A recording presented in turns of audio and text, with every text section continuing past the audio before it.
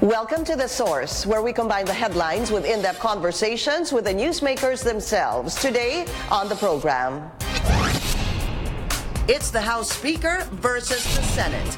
Pagka nagtrabaho lang talaga lahat, walang imposible. Kayang gawin.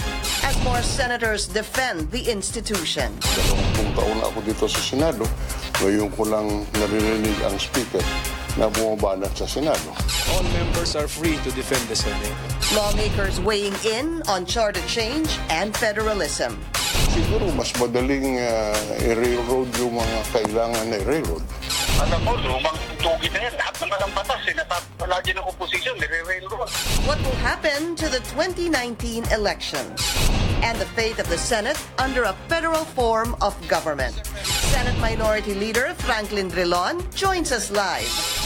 And later find out how redesigning brand logos can help the environment. That's for today's In Focus.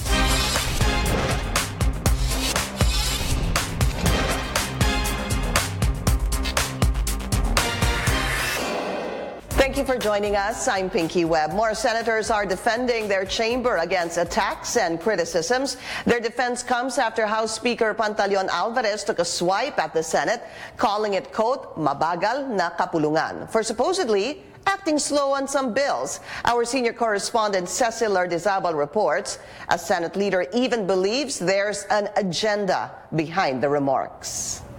Senator Ping Lacson has strong words for Speaker Pantaleon Alvarez. He calls Alvarez's remarks about the Senate uncalled for and smacks of unparliamentary conduct. Lacson adds the Senate works differently from the House of Representatives and acts more independently. He adds neither the Senate President nor the President of the Republic can dictate on the chamber. Senator Sherwin Gatchalian reiterates the Senate's independence from the House and that all laws are passed meticulously. He also notes the importance of quality over quantity. Senate Minority Leader Frank Drilon says the Senate leadership should stand up for the chamber. I call on the Senate President to defend the institution against these unwarranted attacks. 20 taon na ako dito sa Senado. Ngayon ko lang naririnig ang Speaker na bumabanat sa Senado. I feel I have defended the Senate already. Kung kulang pa din, all members are free to defend the Senate. Drilon believes the attacks were apparently meant to justify the Senate's abolition through charter change. Alvarez has been pushing for a unicameral form of legislature under a federal system, something that may risk giving up check and balance in lawmaking. Siguro mas madaling i-railroad yung mga kailangan na i-railroad. The Senate President will file a resolution within the week for Congress to convene as a constituent assembly to change the Constitution and adopt federalism. Drilon is backing his Liberal Party's position that a constitutional convention is better than a constituent assembly in changing the form of government. Alvarez is also raising the possibility of deferring the 2019 midterm election during the transition, a scenario Pimentel does not see for now. Siyempre tuloy pong eleksyon. We are still under the 1987 Constitution. Cecil Lardizabal, CNN Philippines. Well, it all started with House Speaker Pantaleon Alvarez's criticisms against the Senate and calls for a more active leadership. Now, more lawmakers at the House of Representatives are speaking out, saying that the Senate is a cause of delay on legislative process. However, senators defend the chamber against these attacks, emphasizing that the Senate works differently from the House of Representatives and acts independently. We also get to know the possibilities of a no-election scenario in 2019, and does shifting to a federal form of government mean the abolition of the Senate? Let's go straight to the source of the story. We have Senate Minority Leader, Senator Franklin Drilon. Sir, good to see you again. Happy New Year to you. My pleasure, Pinky. Thank you for having me, and Happy New Year to everyone. I'm going to go straight to this question, sir. Is charter change inevitable?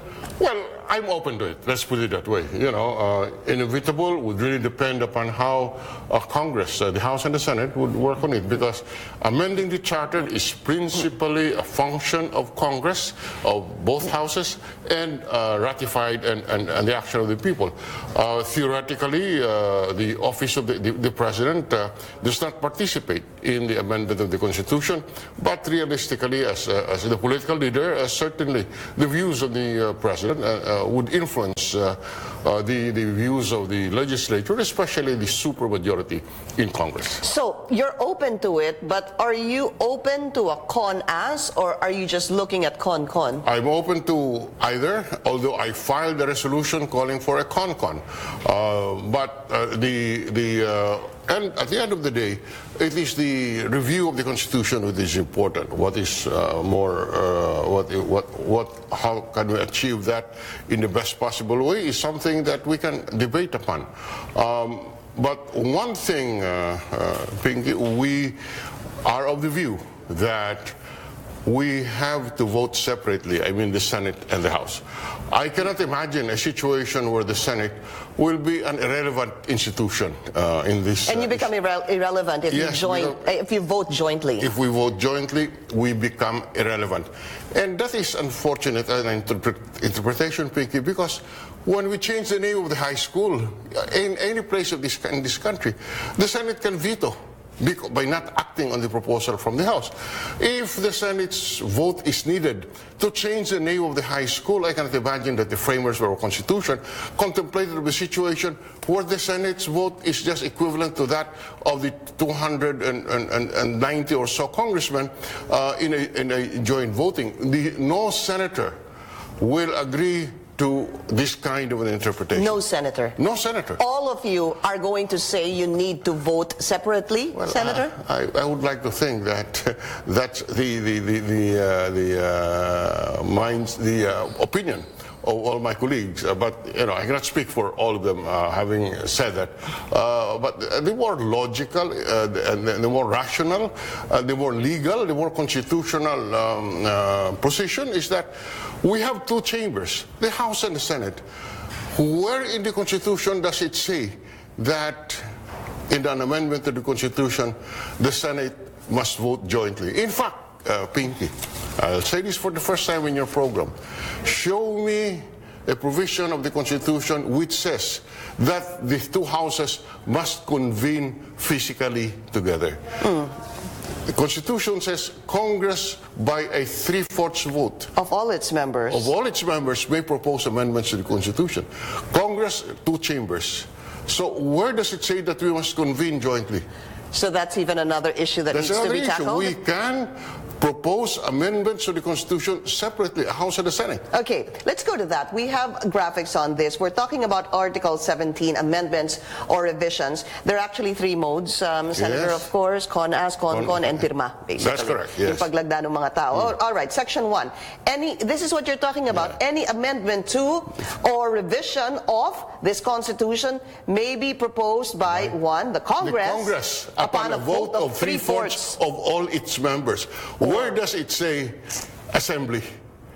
Convening as one body. No, it does doesn't not say anything. It doesn't say anything. I mean, just to be clear about it, it's already there. We got that Congress, from the upon a vote 1987 of 3/4 of all its members, can propose amendments to the Yeah, but Constitution. Now, we are a bicameral Congress, and therefore we act separately. I totally understand that kind of argument, Senator, but also if we are strictly following this legally, and if I were a non-lawyer just to look at that, it never also said voting jointly or separately, meaning could it really be subject to interpretation? No, because Congress is composed of two houses. And a simple law is passed by the action of two chambers. Both houses of both Congress. houses. So we do not have a unicameral legislature. And that is, to me, Pinky, what we should look behind all these criticisms of the Senate. I think it is part of the effort to make the Senate irrelevant, to make the Senate look bad to our people, and ultimately make it easier to amend the Constitution so that there will be a unicameral Congress. So what is it, conditioning the people that what, you are not needed anymore? That's correct. Conditioning the minds of the people is part of it. But then you already called on the Senate President, Senate President Pimentel, to defend the institution, and in fact the Senate President said that he had done his part and that you are free, or any member of the Senate is free to defend the institution as well. I think we have that soundbite ready. Let's listen. I feel I have defended the Senate already. Kung kulang pa din, all members are free to defend the Senate. Sir, here's a question. Has he, honestly, do you think that the Senate President has defended the institution adequately? We must go beyond the debate of whether we have passed the death penalty bill, because that is so myopic a view of this. Unfortunately, unless this is nipped in the bud, this kind of talk will continue, and the Senate President, the burden of his leadership is that he must rise above being PDP Laban and assert the independence of the Senate and assert that we have our own institution, an institution of democracy, which internally is needed in the check and balance. How do you understand? How does one understand the position of the Senate President, knowing that, of course, he's from PDP Laban, the President as well, the Speaker as well? In fact, sir, it was sometime in 2016. We have a report on that by our Joyce Ilas, who said that they actually agreed on CONAS.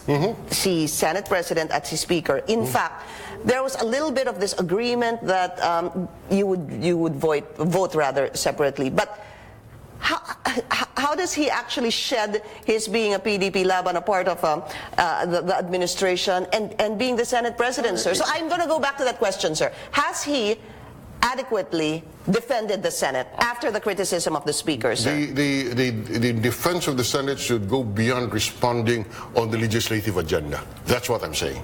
That's why you're saying this death penalty is very myopic. Very myopic view, because if you limit the debate to the legislative agenda, you forget the bigger picture. What is the bigger picture? The drive to have the Senate become irrelevant in this debate.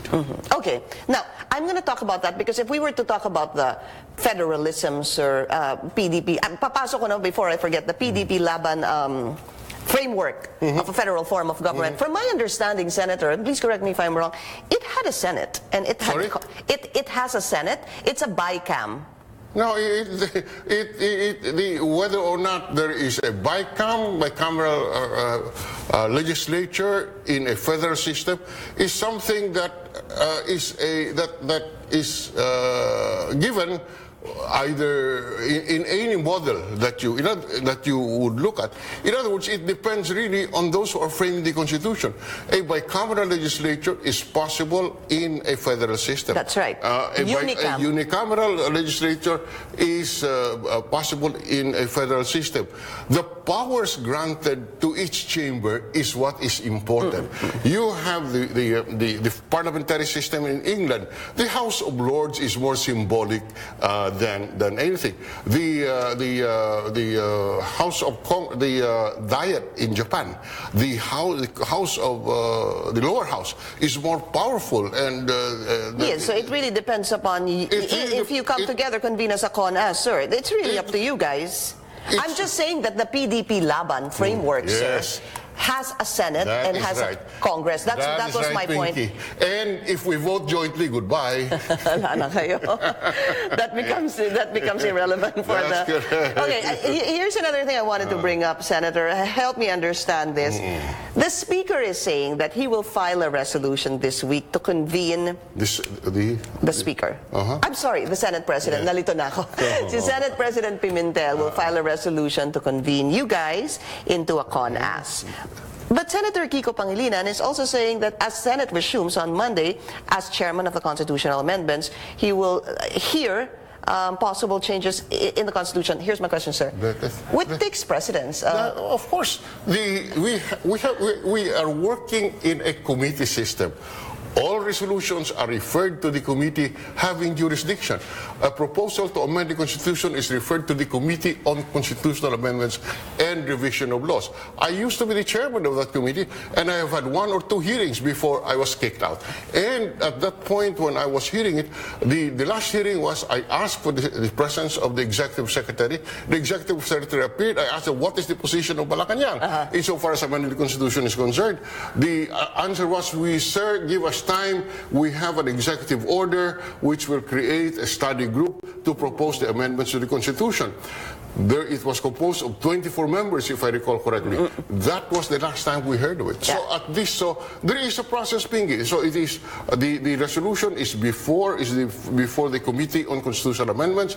The committee is composed of 9 members, dominated by the majority, but chaired by Senator Kiko. On the will of the majority, because without the majority agreeing, Kiko could not have been nominated. So the resolution that, just to get this right before we go on break, I know we need to go on break, the resolution that the Senate President will file will go to the Committee on Constitutional Amendments. That's Tama correct. ba? Yes. Okay. In fact, there are already 2 or 3 resolutions pending there, one of which is mine. That is why there are hearings conducted. Got it. All right. We'll be taking a short break. This is The Source on CNN Philippines. Still to come, death penalty and other legislative priorities at the Senate. Senator Franklin Drilon will still be with us after the break. Sir, I guess my... Trivago makes it easy for you to find the ideal hotel for the best price. Just go to Trivago, type in where you want to go, and with 2 clicks, select your check-in and check-out dates and search. You can then easily compare all the hotel rooms that meet your search criteria and find the room that is ideal for you. Remember, Trivago shows you all the different prices for the exact same room. And that's how you can be sure that you find your ideal hotel for the best price. Hotel Trivago. Ako si Ruth Caban at ito ang Newsroom. Ngayon, tatalakayin natin ang... Physically You know, together. I never under that until you said it today. The sir. Congress. Yeah. What is Congress? Yeah. 2 houses. Yeah.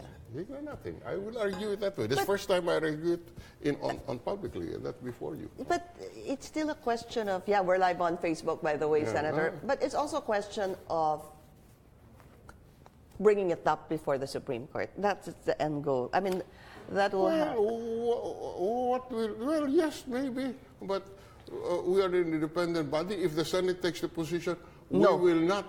Wala. We will not go there. But that isn't that a constitution? Isn't that a crisis? We will process the amendment as a Senate.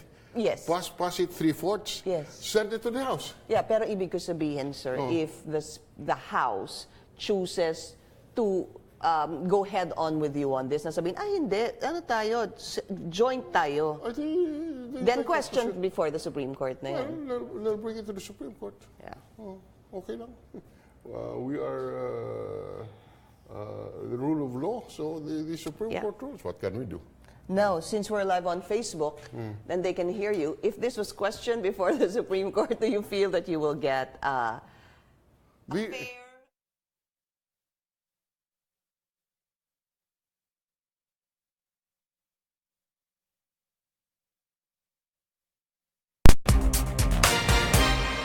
You're watching The Source on CNN Philippines. Our guest today, Senate Minority Leader Franklin Drilon. Oh, wait, so sir, you were saying that first time you said it, that there's even a question kung dapat magsama kayong dalawa ng House, no?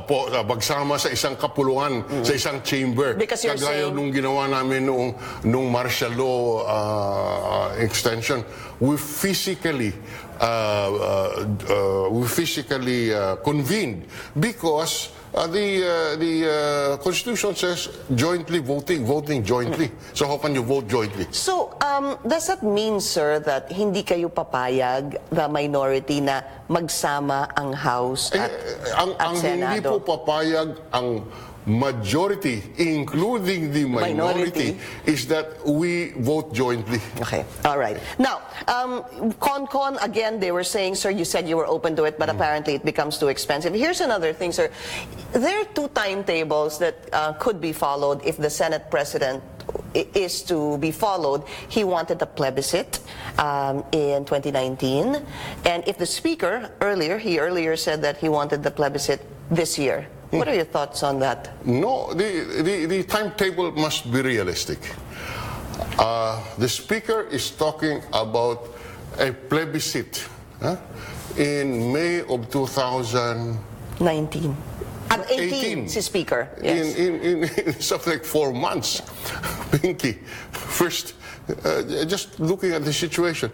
Right now, they are trying or impeaching the Chief Justice. If they proceed with that, they said we will bring the impeachment. Just today, the chairman said we will bring the impeachment complaint before the Senate in May. So when do you think? There's no time.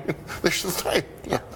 Just being realistic. So why, I know it's the speaker that's supposed to answer this, but why give a timetable like that if it seems to you impossible considering... As you said, the speaker should answer that. All right. Okay, so the no-L scenario already broached by the speaker. Do you really think this is possible, sir? Is this something acceptable to the public, you think? I don't think it is acceptable, but I think this is the real reason behind the drive for a federal system. Suspend the election, and we go on a federalism. This is the whole thing. No election, and I don't think we can afford that. Right. Secretary Harry Roque, I had asked him about that because some senators were obviously against this. In fact, that no senator is in favor of it. no senators. Sabi niya, yung no election, even continuing to the president prolonging his stay is almost like an impossible thing because he doesn't want... To me, it's an indecent proposal. You call that an indecent proposal for the president to extend his term? The president said never doesn't want to extend his term. Exactly. I just want to bring that in, what Secretary Roque had said, and I wanted to see if you believe it, sir. Let's listen to that. The president can only agree with both of them, no?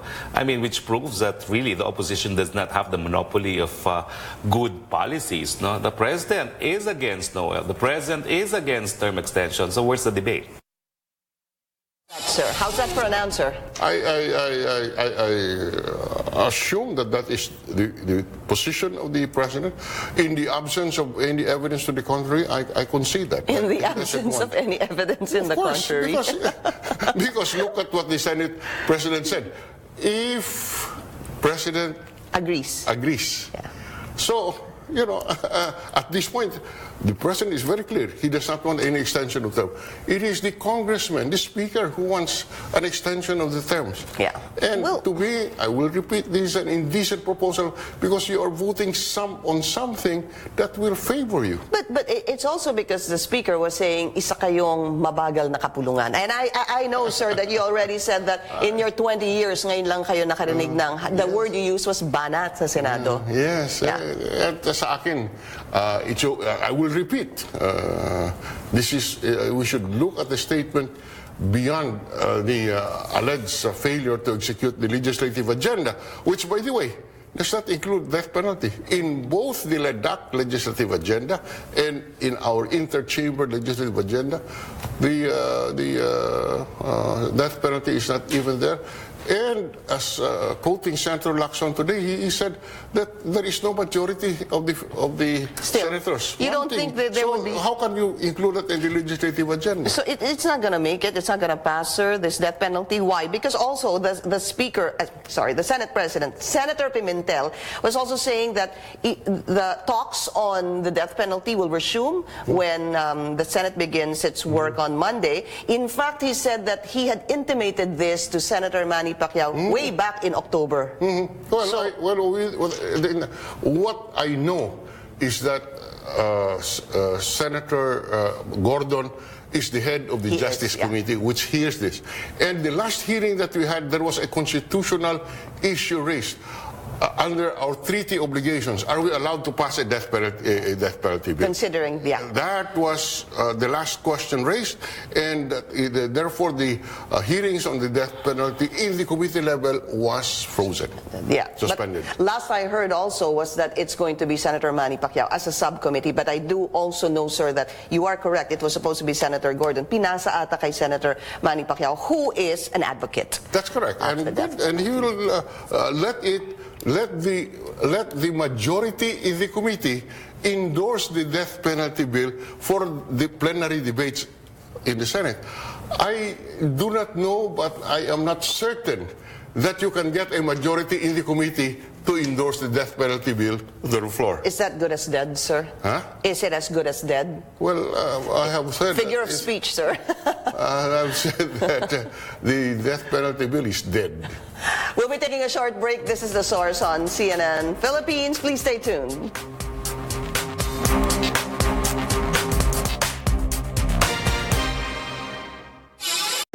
This weather update is brought to you by Camilo-San.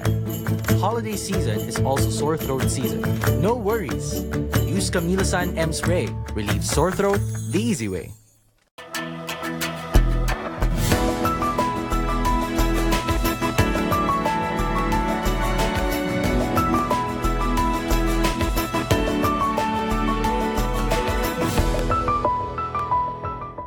This weather update is brought to you by Camilo-San. Holiday season is also sore throat season. No worries. Use Camilo-San M Spray. Relieve sore throat the easy way.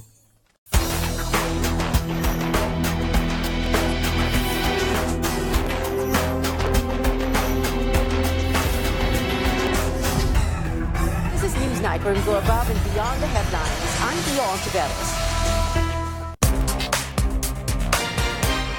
You're watching The Source on CNN Philippines, still with the Senate Minority Leader Franklin Drilon. Sir, so questioning this possibly before the Supreme Court, the convening, kasi nga it was not stated in the Section 17. The convening as a body. As a body, wala po doon. And the voting, possibly jointly or separately, is something that you or the minority or the senators plan to question before the Supreme Court? We are open to it. And we are open to it. Ultimately, this will be decided by the Supreme Court. Okay, impeachment. Now, you mentioned impeachment a while ago, and if this makes it at the House of Representatives, well, maybe let's start with this. Do you think it will be transmitted to the Senate with how things are working? I do not know. Based on the statements of Congressman Ray O'Malley, it will be brought, the impeachment complaint will be brought to the Senate sometime in April or May. So that's a judgment that they make, not us. The moment it is transmitted to us, we have no choice but to sit as an impeachment court. Yeah. And the moment, Pinky, we sit an impeachment court, goodbye to the legislative agenda, goodbye to talks about federalism, because I have gone through it twice. You start, the impeachment court starts the sessions at 2 o'clock in the afternoon until 6 in the evening, Monday to Friday. When do you think we can do legislative work? Right. And I can just imagine how many witnesses there will be. There will be in this impeachment. That's correct. So it's really what, sir? Should they think about which one they prefer? I know if they're thinking.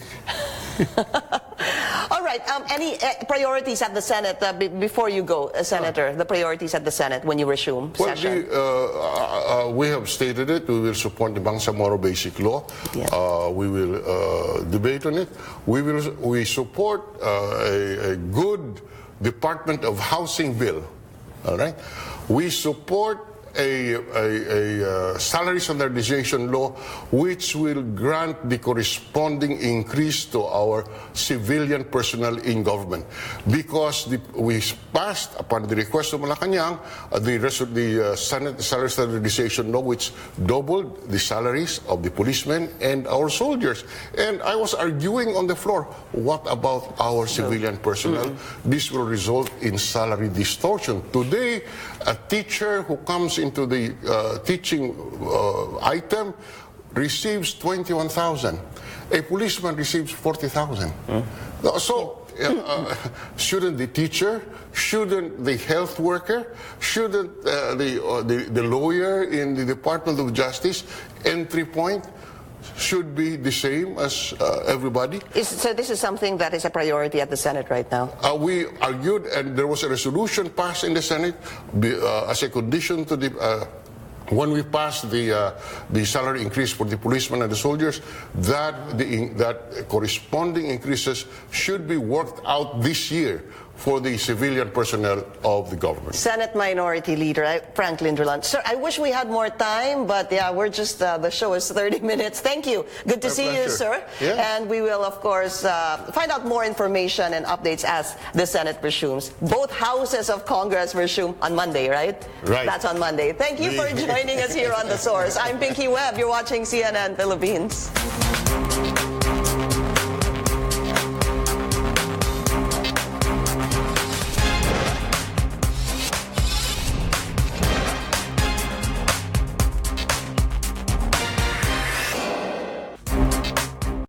Join me on the court as I discover the basketball soul of the Filipino. I don't know if I can describe the Filipinos in just 3 words. Over the course of my career, I've probably written 200,000 words overall about the Philippines. Why do I think Filipinos love basketball? Filipinos are good at it. Basketball really unites people across these barriers. One word to describe the Filipinos' passion and love for basketball is complete. I'm Rafe Bartholomew, and this is Hoop Nation. Ako si Ruth Caban at ito ang Newsroom ngayon. Tatalakayin natin ang mga napapanahong issue na mahalaga sa inyo. Wala na raw tigil ang putukan, sila naman daw ay walang tigil sa pagdarasal. Breaking news, bomb threat daw po sa Camp Crame. Una po nating talakayin itong mga hindi nagre-remit. Ano pong ginagawa natin sa mga ganitong kumpanya? Tingin niyo po ba ay panahon na para palitan ng eco-friendly jeep? Ano ang masasabi niyo rito? Narito ang ilan sa mga pinadala niyong comments. Bahagi kayo ng talakayan dito sa Newsroom ngayon.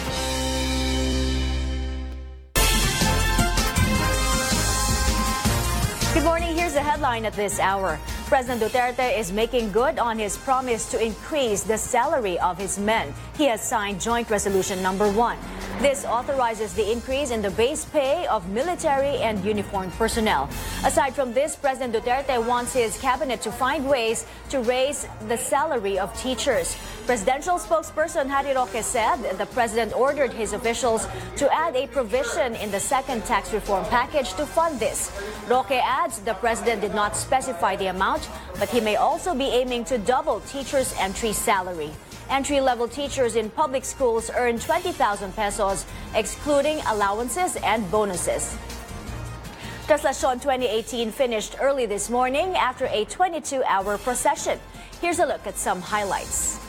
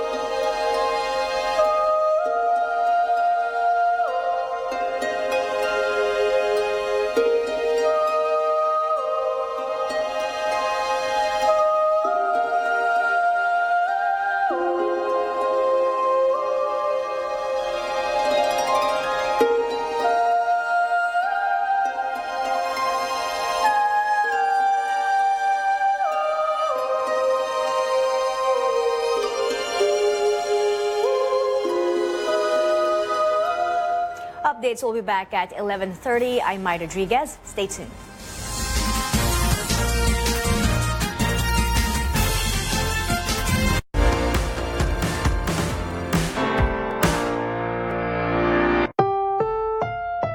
This program is rated PG. It contains themes and scenes which may not be suitable for very young audiences. Parental guidance is advised.